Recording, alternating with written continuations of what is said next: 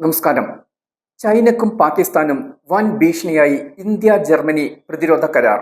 ജർമ്മനിയുമായി 70,000 കോടി രൂപയുടെ വൻകിട അന്തർവാഹിനി കരാറിലാണ് ഇന്ത്യ ഒപ്പിടാനൊരുങ്ങുന്നത്. 6 പുതിയ അന്തർവാഹിനികളാണ് ഇന്ത്യയിൽ നിർമ്മിക്കുന്നത്. ദീർഘകാലമായി ചർച്ചയിലായിരുന്ന പ്രൊജക്ട് 75I പദ്ധതിയുടെ ഭാഗമായി 6 അത്യാധുനിക അന്തർവാഹിനികളാണ് ഇന്ത്യയിൽ നിർമ്മിക്കുക. ഇതുമായി ബന്ധപ്പെട്ട നിർദ്ദേശം ഉടൻ തന്നെ സുരക്ഷാ കാര്യങ്ങൾക്കായുള്ള മന്ത്രിസഭാ സമിതിയുടെ മുൻപിലെത്തും.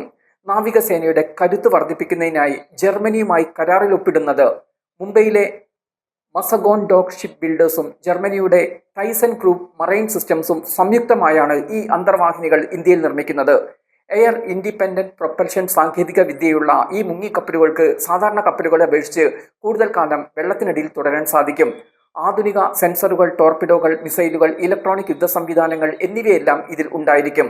പദ്ധതി യാഥാർത്ഥ്യമാകുന്നതോടെ ഇന്ത്യൻ മഹാസമുദ്രത്തിലുടനീളമുള്ള വിപുലീകൃത പട്രോളിങ്ങിനും കടൽ നിരീക്ഷണ പ്രവർത്തനങ്ങൾക്കും ഇത് ഉപയോഗപ്രദമാകും. ഇന്ത്യൻ സമുദ്രമേഖലയിൽ ചൈനീസ് അന്തർവാഹിനികളുടെ സാന്നിധ്യം വർദ്ധിച്ചു വരുന്നുണ്ട്. ഇത് ഇന്ത്യ നിരീക്ഷിച്ചുകൊണ്ടിരിക്കുകയാണ്. നാവികസേനയുടെ നിരീക്ഷണ പ്രത്യാക്രമണ ശേഷി വർദ്ധിപ്പിക്കാൻ ഈ പദ്ധതി അത്യന്താപേക്ഷിതമാണെന്നാണ് പൊതുവെയുള്ള വിലയിരുത്തൽ. ഇന്ത്യയിൽ അന്തർവാഹിനികൾ നിർമ്മിക്കുന്നതോടെ ഭാവിയിൽ ഇത്തരം അന്തർവാഹിനികൾ ഇന്ത്യക്ക് തന്നെ സ്വന്തമായി രൂപകൽപ്പന ചെയ്യാനും പരിപാലിക്കാനുമുള്ള ശേഷിയുമുണ്ടാകും. നിലവിൽ നാവികസേന നേരിടുന്ന അന്തർവാഹിനികളുടെ കുറവ് പരിഹരിക്കാൻ ഈ പുതിയ അന്തർവാഹിനികൾ സഹായിക്കും.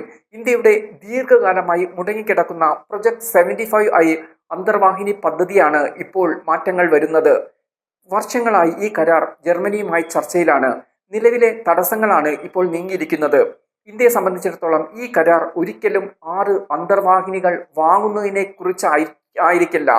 വലിയ ലക്ഷ്യം അന്തർവാഹിനി നിർമ്മാണത്തിന്റെ കരുത്തിൽ ആഭ്യന്തര ശക്തി വർദ്ധിപ്പിക്കുക എന്നതാണ്. നിർമ്മാണം, അറ്റകുറ്റപ്പണികൾ, നവീകരണങ്ങൾ, സ്വന്തം ഡിസൈൻ എന്നിവ വികസിപ്പിക്കാൻ ഇന്ത്യക്ക് കഴിയും. ഇതിനു മുമ്പ് ഫ്രാൻസിന്റെ സഹായത്തോടെ 6 കൽവരി ക്ലാസ് അന്തർവാഹിനികൾ മസഗോൺ ഡോക്ക് നിർമ്മിച്ചിരുന്നു. ഇതിൽ അവസാനത്തേതായ INS വാക്ഷിർ 2025 ജനുവരിയിലാണ് കമ്മീഷൻ ചെയ്തത്.